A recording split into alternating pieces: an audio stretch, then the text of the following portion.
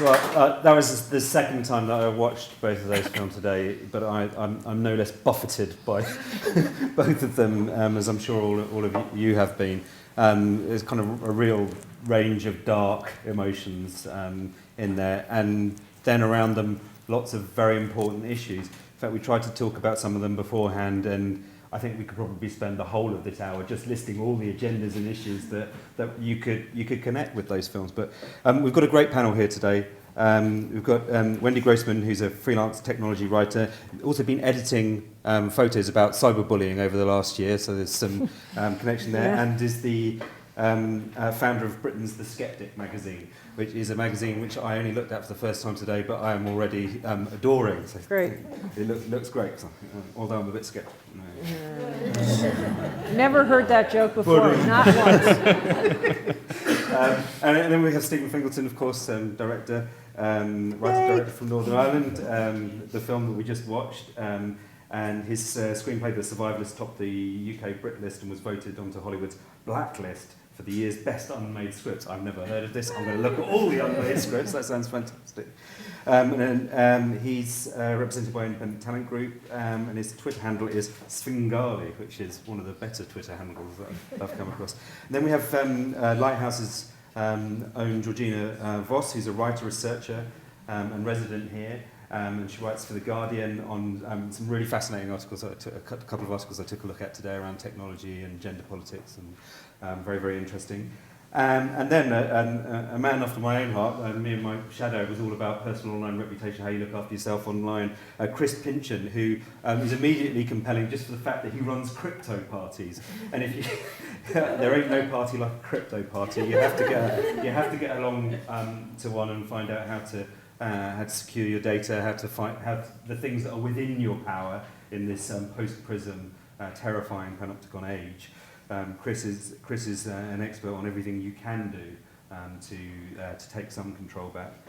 Behaviours and tools, Chris mentioned, so hopefully we'll get to some of those in the discussion next. But I'm going to start off by talking to Stephen and saying there's so many agendas, as we say, that we could start diving into right away. But as we talked a little bit beforehand, I'd like to say what's the moral position of the film? Does it take a moral position? It's kind of begging us to judge the characters, it felt like in some ways, but where's it coming from?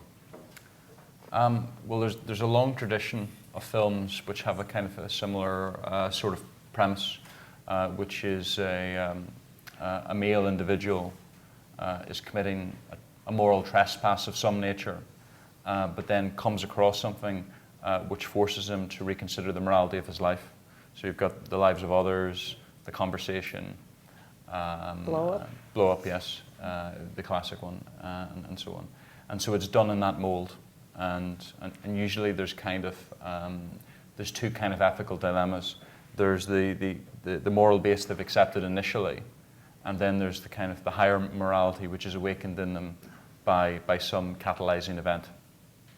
So this takes the form of that, and it's quite familiar actually. In terms of where it goes, and for the most part, it connives the audience to go along with that and to get behind him, as it were. And part of that is getting them to be judgmental about what he's doing, and then to present a quite perfectly framed moral comeuppance and dilemma for him, and then to run it through. But actually, if you get past the genre expectations of the film and the thriller expectations, to some extent it's been transgressive, and it's basically saying what he's doing isn't necessarily that bad.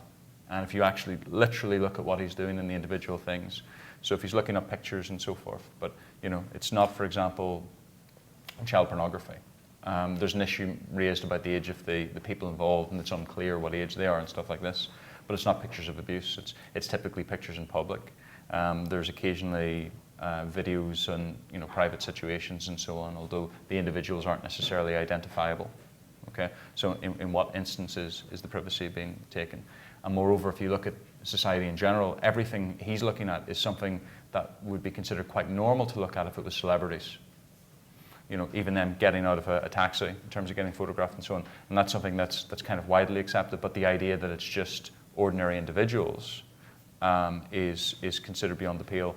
And there's numerous reasons for that, but I think one of the reasons is because it's viewed as important in our age that celebrities don't have privacy, that they're taken down, that they can be exploited by us, that they, in a sense, their privacy is on sale for the masses. This is the kind of They pay exchange. for their fame. They pay for their fame, and this is the control the public have over them while they live their lifestyles. The public's able to vicariously appear in, but when it's reversed, it's not the same. And so that's kind of one of the things. If you really look at the behaviour and so on in terms of it, why is it that we instinctively feel it's hugely offensive and creepy behaviour when all of those things are normalised? And the sharpest focus by the end, by the Facebook photos, very common Facebook stalking, and so on. It's extremely common. Google image searching. I had an email from a friend. He says, "I've met this development girl. What are development girls like? What's the company like? What's the lifestyle? I'm doing research." And it was just extraordinarily creepy. It's and so on. But this is quite normative. So what's the film saying? It's inviting us to feel slightly revulsed by his behaviour, but then it's just a matter of taste, not of But isn't he revolted by his behaviour? Well, he is in the end of the film. But is it? You mentioned that perhaps wasn't the original idea for an ending in the film. Could you tell us a bit about? Well, the kind of underpin is there's the kind of the Freudian issues between himself and his daughter, and the actual issues he has problems with are that, and what it actually taps into is at the base of his sexuality, and to some extent, there's some sort of she's a totemic symbol for him in some regards. But in terms of the story itself, the current ending, she doesn't find out. Everything's resolved. It's all great. Happy families and so on. The original ending, I wrote two endings. There was this ending and another, and the other ending was she discovers. And in the film, there's a series of dinner sequences. Him making dinner, her trying to make dinner. She's getting a bit better, and then the original ending was there's a final dinner scene. So he's scrubbed off and all that. He's sitting down, and she's perfect dinner, fabulous. She's doing her role perfectly. He's chowing it down. He's drinking water, cleansed, relieved. She's quite silent, and she just pushes the memory card across the table. And what the fuck is this? And he can't lie his way out of it. And the discussion becomes increasingly probing. And like, what do you mean you were looking up these pictures, and why? And it's because I enjoyed it, and well, how old are the girls, and how do you know, and why are you looking up girls my age? And then him having to talk about his own sexuality to his daughter, and she's completely disgusted, and she doesn't feel like eating anymore, and then she scrapes out what she was eating, and starts washing up, and then he joins her at the side and starts drying the dishes, and that's it. And the idea being, which is ultimately, that would be really taking a stance on it, which is it's not that big a deal. It's not fatal, It's playing with matches. It's not playing with cards, And that was the ultimate one. But basically, as part of a filmmaker, my method is I have to show scripts to people, get feedback, and so on. It was universally disliked. There were a few exceptions, and it's just like, I don't buy this at all. I don't believe she'd do that, and so on. And my ultimate response was to go with our current ending, which is the kind of social media pivot rather than the character pivot. But it does rob her character of any real kind of involvement in the story, and she remains this kind of figurine in that respect, which works to some extent in service of the story, and it's warped around him. But thinking about it retrospectively, I almost wish I'd really pushed that out and done it slightly differently. It's a matter of taste, but it would certainly have been more confrontational to the audience had we done that. So for the rest of the panel, we talked about the representation of female characters as opposed to male characters. Anybody like to pick up that theme and ask Stephen maybe about that? So I think one of the things that I think jumped out from both films, but also which ties into the wider issues around surveillance that we've been thinking about. When you were saying for the film about the lead character not necessarily doing anything wrong, that the model, well, no, definitely not the models, that people being photographed were of age in the area they're being photographed. One of the things that kind of felt like it kept rising up was the issue of consent in all of this as well. And what's kind of interesting with the surveillance state, but also kind of the sexualization debate that felt like was also coming again both from this and selfie, was one of the ways that kind of healthy relationships can be characterized can be through a consenting relationship rather than a non-consensual relationship or I can't think of the word, a persuasive relationship, one where one's pushed into something. And that's what I'm curious about, what feels to be missing deliberately, so I presume, from the Voyeurs Den website, which turns up in both films, that the women, and it is also women who are photographed in it, are presumed not to have given their consent to be in that space. And specifically in Selfie, that's kind of almost the crux of it, that the girlfriend doesn't know, and that's the kind of the secret things hidden. So I'm kind of curious about how that fits in with the direction that you felt the film was going in as well, because that's the kind of thing that for both the female characters ultimately strips away a lot of their agency, and that we don't see it coming back. It's going to sound really weird, but I experienced this in real life, in cyberspace. In real life in cyberspace.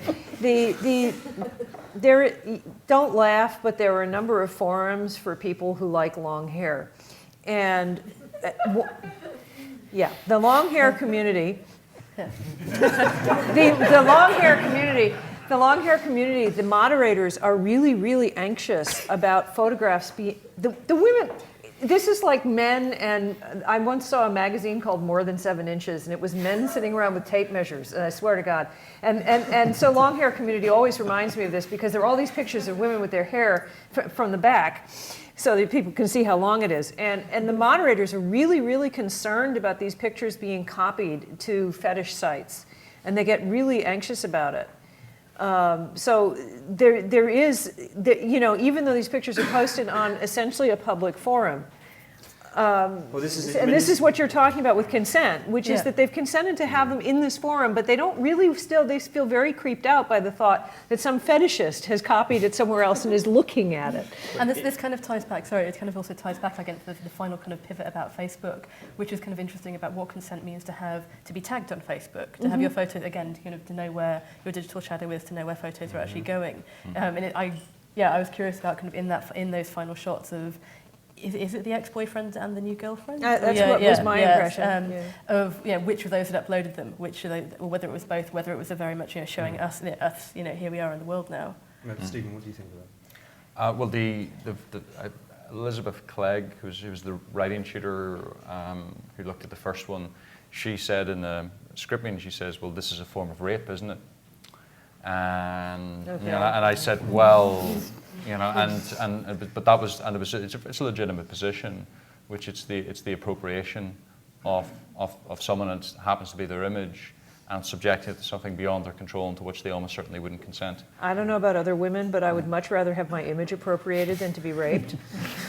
Well, but I think if she was talking about kind of the spectrum, I think is the idea, and a good way of looking is the male desire in it, which is the Jasmine scene's very important because. Okay, so he's interested in girls like this and whatever. Well, what if one of them was interested? And she's saying, "Do you want to take my picture?" Not only does he have no interest, the idea of a girl being into that is something he doesn't even have the bandwidth for. He doesn't know how to process it all, and so it's simultaneously what those images must be about is about control for him. It's not no big shakes there, but also. It's a deep avoidance of intimacy and a deep avoidance of contact and so on, which I guess is why the daughter factor comes in there, because that's like a Freudian incest taboo, which has become generalized, and this is what he enjoys. So you mentioned rules on the long hair side. There's a rule mentioned in the forum discussion that you shouldn't be putting pictures up because it's known to the family. I think that's what's under 18. It's under 18. Okay. So and then we're all trying to layer rules onto it as well. So there's all this human rule obsession. What are the rules? And everybody's got a different set.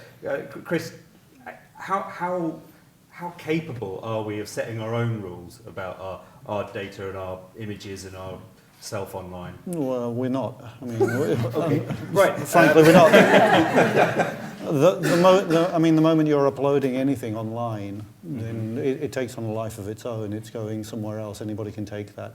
I mean, well, I think what Mark was doing with the selfie images upstairs.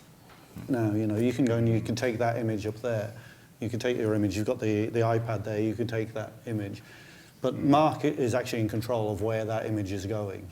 That image has gone, you've taken off the iPad, it's gone onto the screen here, but it's also online. Yeah, where is it going from? Where is that image going from there? It's just for those images to appear upstairs. It has to be public. So that's now a public image that you've taken. You've looked into this machine upstairs and you've taken this image. You've put it online, and it's. You didn't necessarily know how it would be used. No, you just have my photo. But it's also a breakage of trust because there's a sort of implied social contract that we expect. We sort of expect that we can walk around in public streets and not have our activities broadcast to the world. And that's being upended simply by the fact that it's very easy to do that. And somebody can capture someone in a very awkward and embarrassing position that can wreck their lives when all they're doing is actually photographing the building behind the person or some other object that's in the photograph and just accidentally captures the picture. The person, isn't really part of their consciousness even. I mean, this is one of the things that when I was writing Web Shadow like 4 years ago or so, I expected to be bigger by now because the technology's there, but it hasn't quite worked out. It's facial recognition search. Well, Google said they could have done it. Well, they can, But then it can be done. It is done. I love this, that when Facebook announced that it was going to do automated facial tagging when people upload photographs, this was technology that Google had decided not to deploy because they thought it was too creepy. It's wonderful. And of course, Facebook does own that technology because that's how it suggests photos to you to tag. It's just it uses it in a limited way. But I think apart from that, in the UK, I mean, you're just walking around. There are cameras everywhere in this country. I mean, I've just recently moved back here. You know, from another country. You come from here and you're just constantly. Well, you're not sure that you're being filmed, but you're constantly. There are images. There are cameras everywhere. It's just absolutely a norm here. And yet there's nobody, you don't know what's happening to that information either, because even the so-called cameras in Brighton, which are done by the council and the police, they're a very, very small percentage of all of the actual cameras that are on the streets in Brighton. You're just walking around here. Mark and me, within the residency, we've talked about camera A and camera B, which are just two huge cameras down the road here, which nobody notices. Everybody's leaning up against the post of them. There's a guy down the road here, he sells newspapers, and he's got like his umbrella attached to this huge post with this thing. Everybody's being filmed constantly, you know.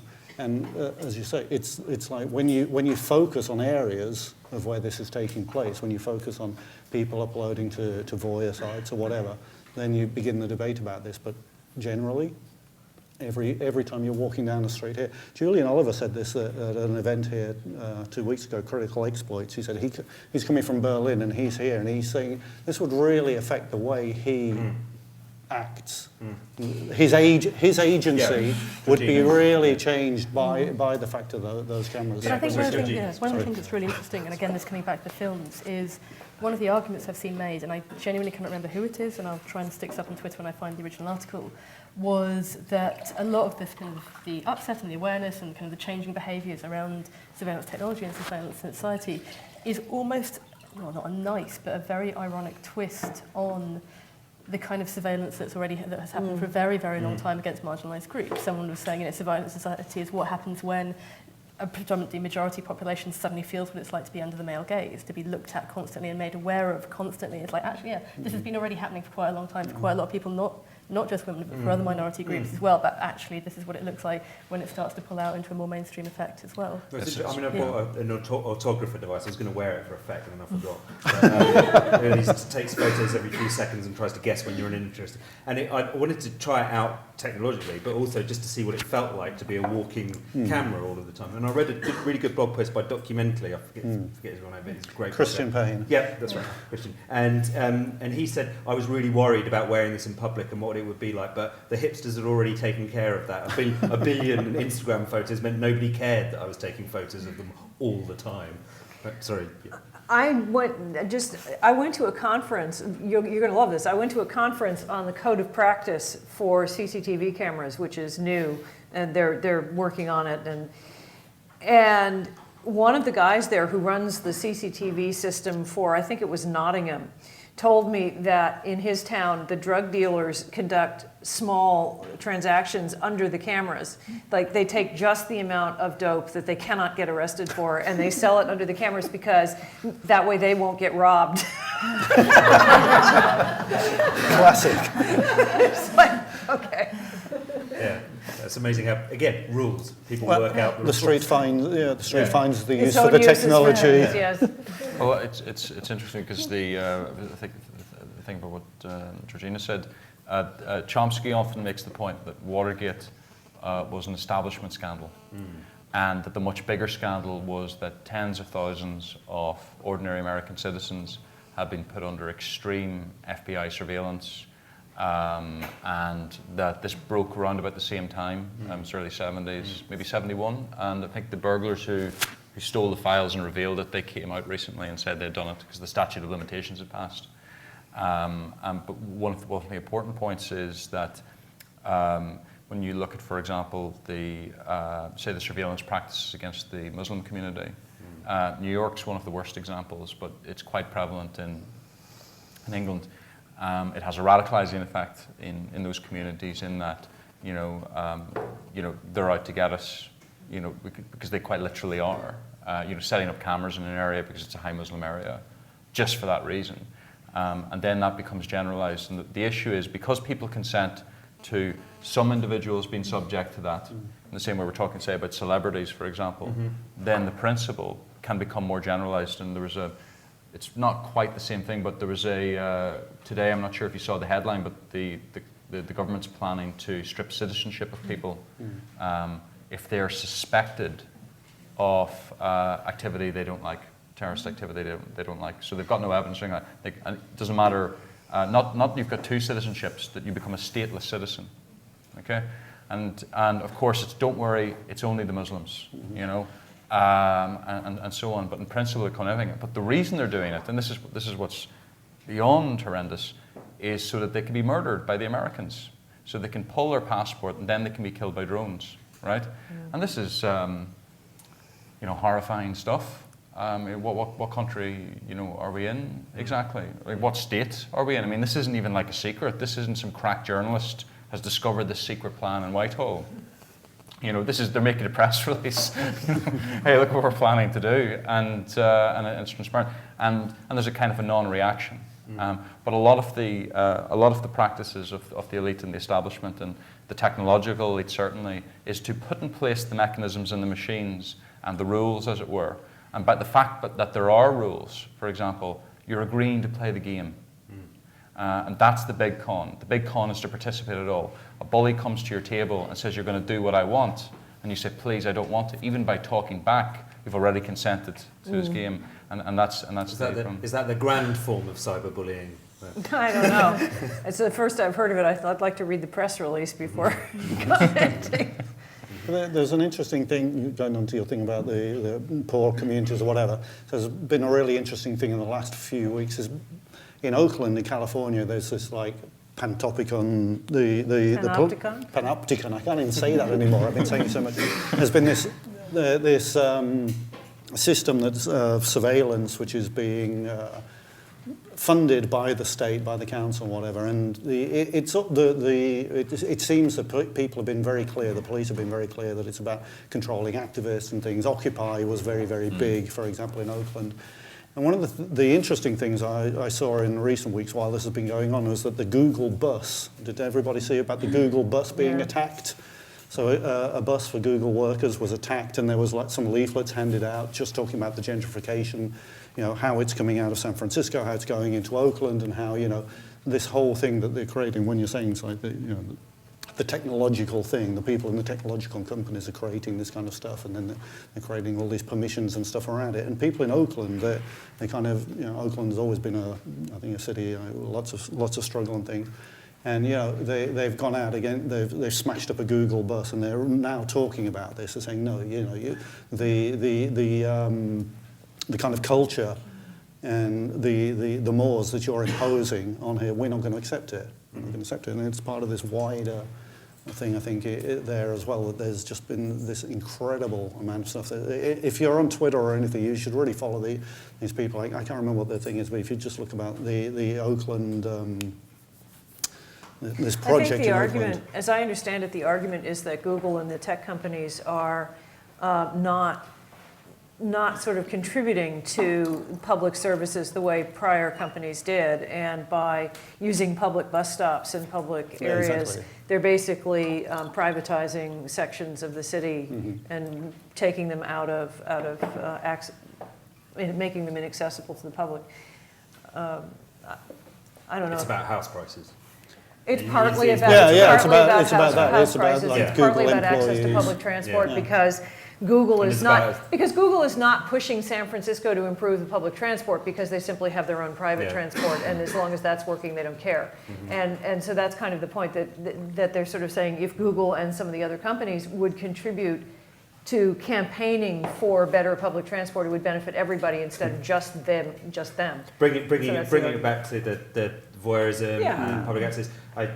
Quick anecdote, I was on the Google campus in last year, and I've been there in 2008. It was the coolest place ever. It was not the coolest place ever last year when I went. It was ushered into the partnerplex, where they keep all the advertisers away from the engineers. And I took a photo of the presentation on my iPad, right, which was trying to sell me stuff. And they said, could you not take photos? This whole area is under NDA. So you want me to share everything in my life, but Of course. except photos of your PowerPoints? Incredible. But Stephen, a question there. Google Glass, what's going to happen? You know, you've got your movie, you've got this, you know, the kind of voyeur thing. What happens when it's actually far simpler than you know, going out with an SLR? I mean, I was He'll thinking. get arrested at the movies, and he'll Exactly. Did you see that? Well, I was thinking about this. I think one of the as with most things in the past 20 years, William Gibson is a great guide. And if these are the rules we've set for the internet, and if these are the kind of social permissions, and if these are the ways, if this is the world we're creating, what's happening to the real world is it's becoming cybernetic. The real world is becoming the net. Okay, and it's increasingly coming to resemble it. And those rules are passing over. So even the idea of carrying around Google Glass all the time and so on, I mean, I think governments will get behind it because of the amount of power it will give them, particularly when you combine that with OCR and so on. Let me give you a basic example. Imagine a world where it's impossible to be a fugitive, okay? And in principle, that's a great idea. There's no criminals, sex offenders are locked up very quickly and so on. But it also means political dissent is impossible because you've taken away the ability of people to resist, okay?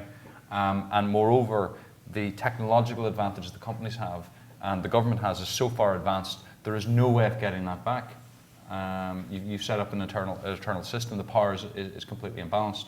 Now, of course, there's things like cryptography and so on, which we can hope can tip that back.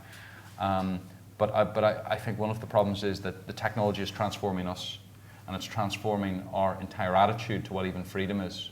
It's an extreme form of kind of capitalism. You'll have the most amazing, convenient shit ever, but you'll have no real choice in your lives.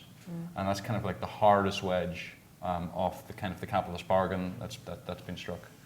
I think I'd dispute that. I mean, we were talking about this earlier. I get quite edgy kind of on the back of my fingernails when there's any kind of talk about we do this with technology. These are the norms we are setting up. There's such texture and granularity in so many different groups that are using up and picking stuff. I mean, we were talking about kind of particularly, I think, for selfie, the kind of moral panics are around young people and technology, and that's one very specific group.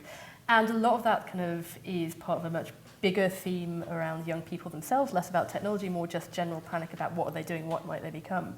But there's less panic about older generations working with technology, even though, as anyone who's ever tried to engage with a family member, younger or older, on Facebook knows, you have very different sets of norms and behaviours, how you work around social media, how you start fights with people on Twitter, kind of which photos you tag on Instagram, who you share news with on Facebook or not. So the idea that there'd be kind of one overriding we that kind of gets shaped by technology feels a bit too much like a hard technology push. There's this constant moulding and remoulding that happens around how we use technology, and it's a two-way process. Well, that's that old bell curve of technology diffusion. We're in the bit where smartphones and connected devices and cameras and recording and immediately posting it to the internet is in the middle. We're in the hump period where everyone's got it all of a sudden. But not when everyone.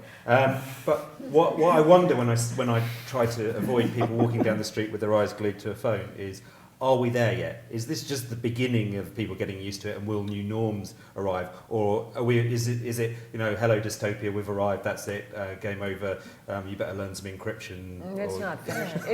It's not finished yet by any means. Yeah. I don't think any of us who spend a lot of time thinking about technology, I don't think any of us can really predict what the world is going to look like in 10 years.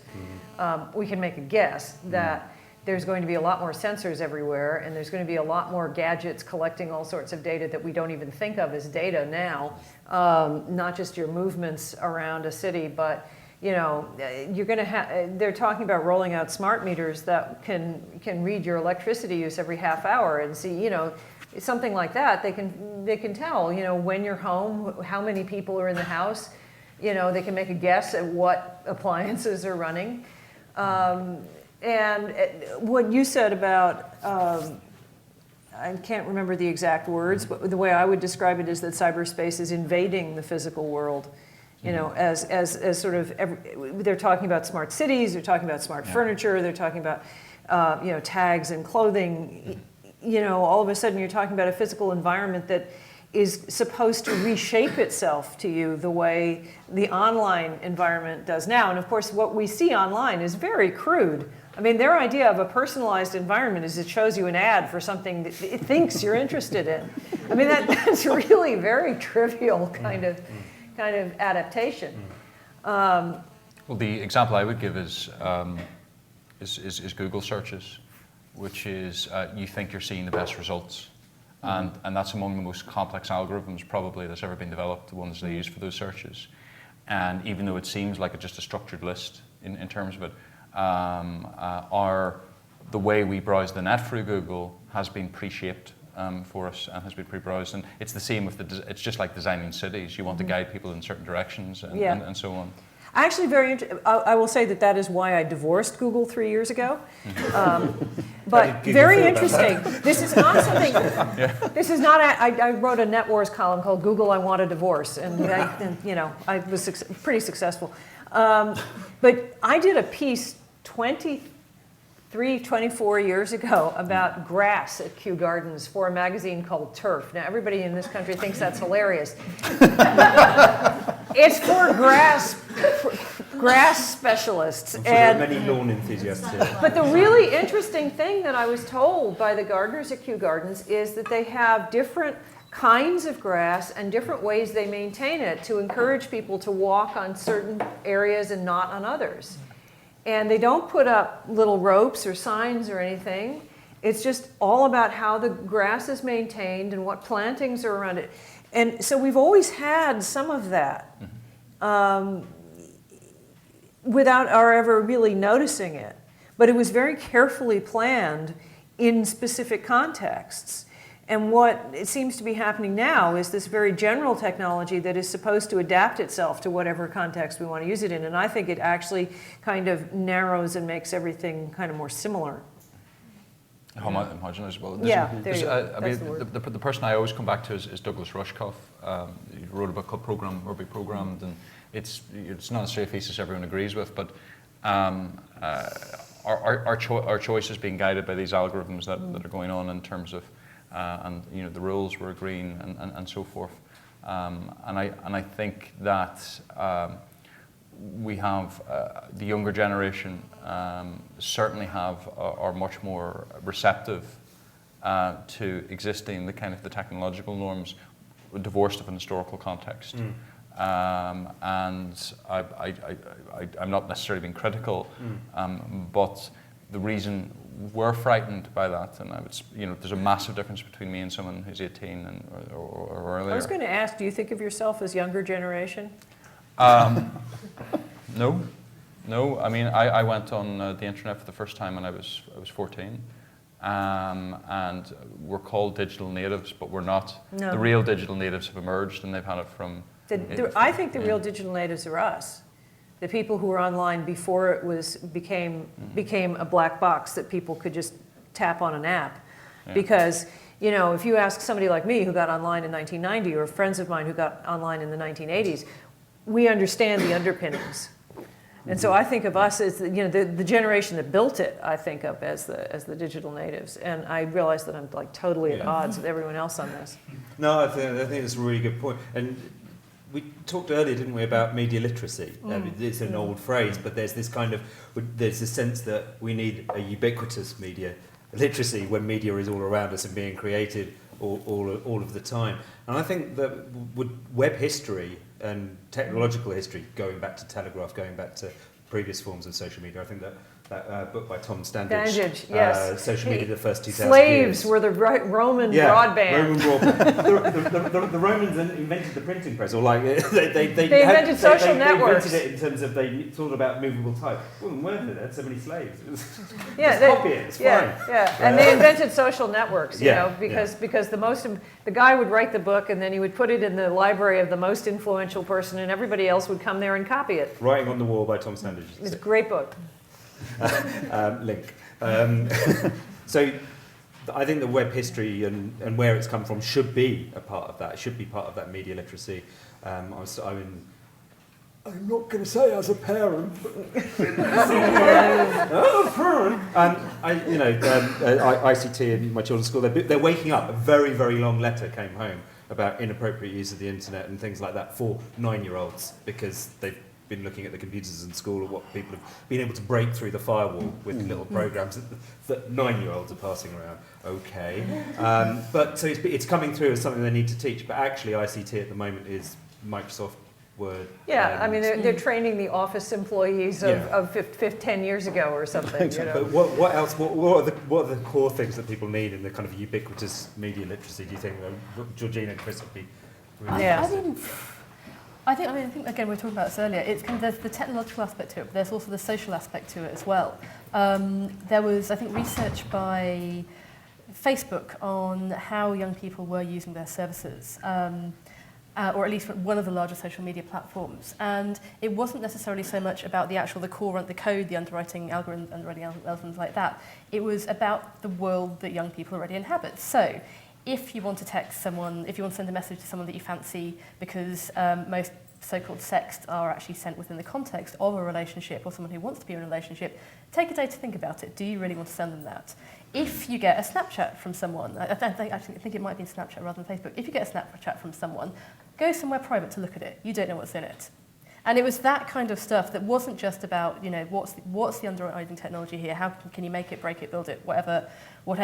It was about, what do you do? What is the world you live in? If you send this photo, what social context do you want to open it in? Do you want your dad looking over your shoulder while you get a photo from the boy you fancy going, hey, that might be a special experience for both of you, but, maybe it's not the thing you want. If you're going to, don't drink and text, don't drink and tweet. It's those kind of gentle kind of social norms that a lot of adults as well would do very well to have a think about, whether kind of certain locks should be put in place before you get drunk and angry on Facebook. Adults problem. They may all have smartphones, but very few teachers or parents at school know what to say.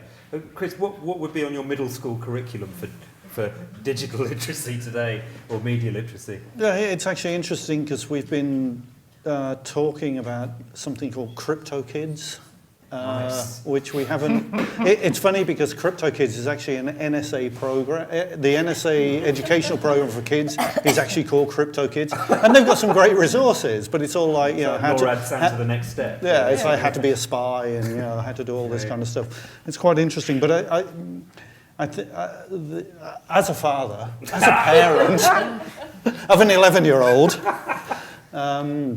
And also as a stepfather of some 20-year-olds, it's very interesting where you would need to go. And the reason I talk about crypto kids is about giving kids agency over the technology that informs their lives, and about the thing that in general is their lives. And what does that mean? What are the things that they need to learn? Well, I really think that if kids already have an understanding of things like just technologies and things which there are all of the social things things that you were talking about within things like Snapchat or whatever. But I think that going beyond that, so my kid's a real pain in the ass for all of his mates. He's a real pain in the ass because he's been brought up to, well, he's never touched a Windows computer until recently, so that's really strange. But apart from that, he's like very versed in like identity online, what he's giving away by signing up for things, and the kind of things he should be signing up for or not signing up for online or whatever. And he's also a pain in the ass because he kind of like knows that if you go to certain sites, that's actually, they're just actually installing Trojans and stuff on your machine, etc., etc. So I think that stuff is really, really, really important. And my kid's like 11 years old and he knows all of that stuff. That's not being taught, that's not being talked about or whatever. And I think the other thing is the fascination of objects, of shiny devices. I mean, I think that's something like getting like Raspberry Pi, for example. I don't know if everybody knows Raspberry Pi. It's a very small computer, 35 pounds, whatever, that you can program, you can do tons of stuff on. Getting kids to play around with that kind of stuff, as opposed to just the acceptance of the shiny, happy internet thing that is, I mean, that is a contemptible device. Yes. I didn't like your phone either. What do you think of it? What do you think of that phone? Classic, design classic. Well, I mean, one thing I'd say is it's not a defect of the system that this informed consent doesn't happen. It's a function, and one of the It's a feature, not a bug. Yeah, exactly. yeah, it's a feature, not a bug, and it's the in the 1980s there was the emergence of media studies in Britain as quite a popular subject, and it was systematically derided by the press and by people in general on a couple of different fronts. One, that it was seen as not being a real subject and as a load of waffle, and secondly, that it wouldn't lead to a career. Okay, and for years I would make jokes about media studies and so on when I was kind of a snotty secondary school student. But then I met Director Alex Cox, and I said, we were talking about school, and I said, what subjects should be taught more? And he said, media studies. And he says, it's essential, it should be mandatory, it should be from age 9 up. And when you look at it, the people who were deriding media studies were the newspapers. And yet one of the principal things media studies is about is balanced coverage, is looking at how your world is worked for this. And if you take this to the Snowden revelations, the whole basis of this is the government says the public has a blank contract with us. They do not need to know how we were able to control or influence or surveil them, because they have agreed to contract with us and it's blank, and that's all. And the same with these technical organisations, and the same with CCTV. The whole basis of it is that you won't be informed. And so when I talk about the younger generation, what I was kind of thinking about was there's no basis for consent because there's not even the curiosity for the kind of the undervalue elements. Now, of course, that can be turned around very quickly, and crypto parties are often very inspiring when you see what people do when they're armed with that information. But there's no momentum.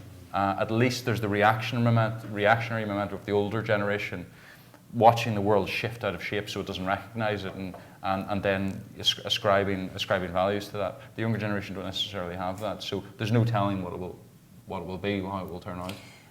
And part of that was very conscious policies on the part of the government to do a lot of database surveillance in schools. There's an activist named Terry Doughty who for years did action for the rights of children. And she said, that this younger generation that are sort of entering their 20s were the guinea pigs for a lot of the things that prior governments wanted to Database impose. surveillance in schools. Yeah, I don't know anything about this. do tracking large amounts of school records and having Right. to be permanent. I think there's a national pupil database. There's In the UK. yeah. Yeah, there's a whole lot of stuff. And she was basically saying, you know, that this generation is being brought up to without the expectation of privacy and the ability to sort of reinvent themselves at 18. And that was his campaign platform for a long time. Have you seen the fingerprinting about that in schools? Yeah. I mean, schools. Oh, They've been, if your kid's 9, you better get they've been get into fingerprinting this. kids, basically using fingerprints to for manage library school book lunches and checkouts and things, school yeah, lunches and I've things heard like about that. Yeah. Right, so I mean, Shivers up front. Registration. Look, I think it'd be a good point to open this up and ask if anybody has any thoughts or comments that they'd like to share or questions with the questions it's for probably the, easier for the if I do panel. it. You do yours and then I'll do mine. And especially from any media studies graduates. Oh, I'm just about to say it's fascinating. I thoroughly enjoyed it. It's really hard to coordinate attention. well, thank you for coming. There's also get back to Worthing. Sorry. But I really would have loved to have a little word in your ear. Stay, have something to drink. We'll be up in a minute. Your second ending. Better retribution doesn't do any harm. He's going to have to. The thing, okay, here's the bit I don't Follow understand. Is He destroyed the hard drive with Yeah. all the pictures he downloaded on it. So the pictures she would have seen on the card, if she Were- had were for- opened the card, were the pictures that the other guy took Yeah, of he's her. like, why is there pictures of us in this? Well, I Yes. think if we go Yeah. on the Worthing Stephen not- Pilkington fan club forum tomorrow, we should see some fanfic endings that have been written on the train home. But yes, are there any anybody who'd like to add to the conversation? Like Andrew. The two films and the discussion, and I think the consensus in a general discussion about the content we share on social networks and what the companies, Google and Facebook and so on, are going to do with that information is all very dark. I wonder if there's any kind of slightly hopeful glimmer of light somewhere. Is there a way that we can share images of ourselves or stories about ourselves or identities online that doesn't end up in a dystopian future? I've been thinking about this a lot, which is the counter dystopia. And one of the ideas I had is, how do you have a social network that's anonymous? And I had this, and I had this idea, which is, what if you had face morphing technology, which was applied to your face automatically when you're uploading? Let's say it's client side, and so that it produces a different face. So this means, let's say all your friends are doing the same, but you know what their nickname face looks like, but the government doesn't. So there's kind of technologies like that might emerge that we don't necessarily realize. So there's the night recreated, except all the faces are different, but you know whose faces were whom. The science fiction writer David Brin in 2000 wrote a book called The Transparent Society, in which he proposed that everything should be public, but it should be two ways, so that there would be cameras in the police station watching the police, as well as cameras outside the police station watching us. On a more kind of theatrical note, that kind of technology kind of already exists. Possibly many of you already know this. There's a New York-based artist / designer, Adam Harvey, created a form of face painting called CD Dazzle, which basically hacks jars, sticks a pokey stick into face recognition technologies, which look for very specific things when they're reading your face. If you look on this line, what it basically is forms of very large chunks of white and black face paint in specific geometric patterns, which basically screw with the camera's ability to do it, and also generally a big emo fringe as well to cut out the forehead light. One of the most cheering things I saw this week, which I would possibly hope to replicate, was in New York. There was a CV Dazzle party specifically aimed at young teenage girls, young transgender youth, and young non-gender conforming youth, i.e. groups that would be more specifically likely to be photographed or be subject to that gaze against their consent. And it was like a day, we're going to take you in, we're going to teach you about surveillance, we're going to teach you about this stuff and things, and then we're going to put makeup on you, and it's going to be brilliant, and you can go out and do what you want, and you won't be captured. So it's a more grassroots kind of thing, and I was so happy when I saw that. It just felt brilliant. Unless you, Don't talk to me. Don't ask me anything. I'm just going to depress everybody. Yeah. What kind of face paint would you recommend, Chris? This is actually something that the crypto kids idea would be that kind of stuff. Yeah. It's like that. It's like giving kids agency again, giving everybody agency again. They can go out and not do that. Not be subject to See, their I would surveillance. go a completely different way. What I would want to do, and we have the tools to do it. There's no reason why we don't do it. It's just that everybody says, oh, but it's so convenient to do everything centrally. Is instead of participating in these giant social networks on these giant centralized servers, build private clouds and private servers where you have the family server in the house of the most technically literate person in the family, and everybody uses a private network there, and you build things that you and your friends use, and that are not meant to be mass market businesses. Aaron, I can never pronounce your name properly. This guy's already doing this over the back, trying to do this. In that direction, nothing. And if you have a million social networks, it's a lot harder to surveil all of them than it is to just make a deal with Facebook. Well, there is Fox Asset, which the NSA is running, which the idea is, let's say you're a targeted individual and you're looking up Google, but they want to infect Google with code which will take over your system. The way they do that is they infect millions and millions of network routers so that they can feed you a fake Google page with this Fox Asset code before you get to the real Google. So that's what they call faster than light, because if there's this distance to the Google server, they want to be in between. If they want in, they can get in. I mean, it's going to be really tough stuff. I mean, if the private servers they've got as real good... It's privately owned hubs of your email... Your BT hubs are probably the most likely to be infected because BT is more or less a government agency. But there is one thing. I mean, I run my own mail server, and there is one thing about it, which is, yes, they can tap the whole thing and they can monitor the traffic. But if they want the entire archive of everything I've ever emailed, they have to tell me about it because I'm the only person who can give them that. Mm-hmm. And they cannot make a secret deal with, at least if they want my email, they can't make a secret deal with Gmail. The possible other way is that what they could do if they were they do have to specifically target you. That's the difference. Mm-hmm. But if they do target you, if they target you, you're screwed. Yeah. So we've got about 5 minutes left. Are there any other? Yep. Sorry, I'm a lecturer in digital media theory, so I kind of get involved in all the stuff. There is a theorist who's a German guy called Geert Loving. Yes. There's a big research group involved with him. They're actually working on Loving, L-O-V-I-N-G. Yeah. I think networks it's that are operating Loving. exactly as you're talking about. Loving. Okay. Yeah. So he's run a mailing list for years called NetTime. Great. Yeah. So, I don't know, but I know that they're trying to do exactly what you're talking about, and he's given lots of conference talks and stuff about it, about making social networks and things that aren't about collecting data and all of that sort of stuff. take a look at Geert Loving. We need Geert to talk Loving. to Aaron. We need to go to the crypto party. We need to divorce Google. Anybody else got any ideas to avoid dystopia or any questions? Yes. I kind of want to say something in a bit of a devil's advocate way, because it's all been very anti-down. You're all really paranoid. There you go.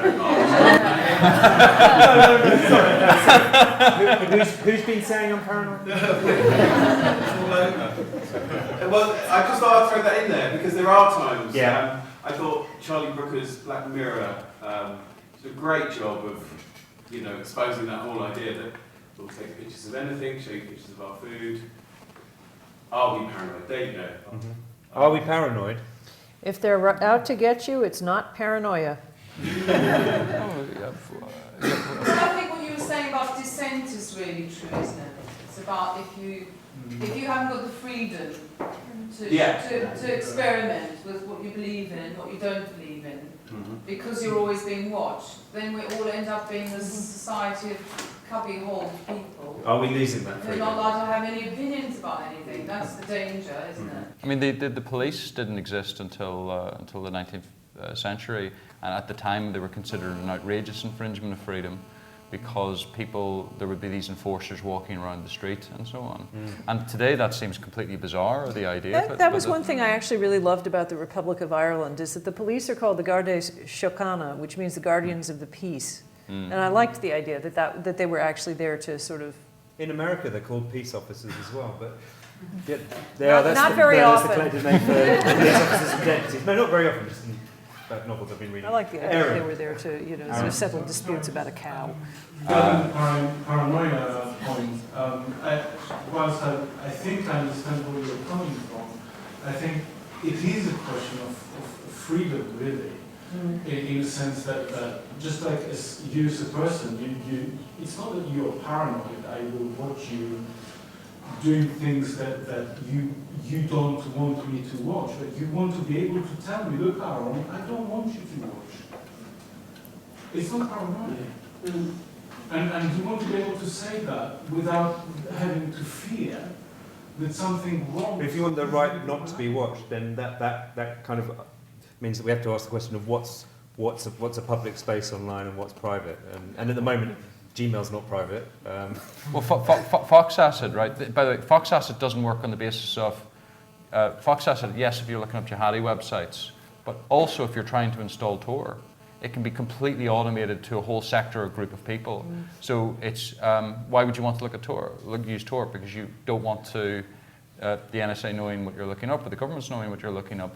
But then they can target that whole subsection of people, political activists, nerds, anything. Just also. Can I say, and I'm saying this. I'm not sort of saying you are all paranoid. I'm paranoid. But then you could say in the 70s, all political groups, the Baader-Meinhof gang, they would have infiltrated them. It's always been there. For countercultures have always been looked at. Just a quick answer on that. Yes, that's true. Those groups were infiltrated in the UK. They've been infiltrated everywhere. But the network, the blocking that has been put into place in the UK at the Internet Service Provider level from December,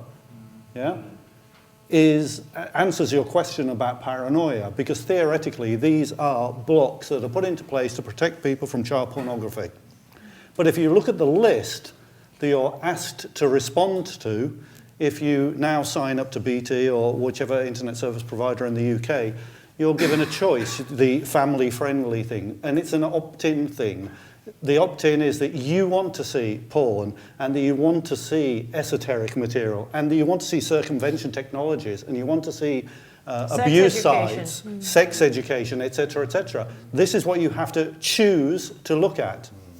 My original fantasy of how this was going to go before they did the boxes to tick was that your ISP would call you up and ask you if you wanted to see porn. And the customer obviously would have to answer, supersize me. I think that's a fantastic note to end on. So I'm just going to thank everyone on the panel, and we're open till 10. And thank you all for coming. I hope you enjoyed it as much as I did, and I think we all did. Yes. Brilliant.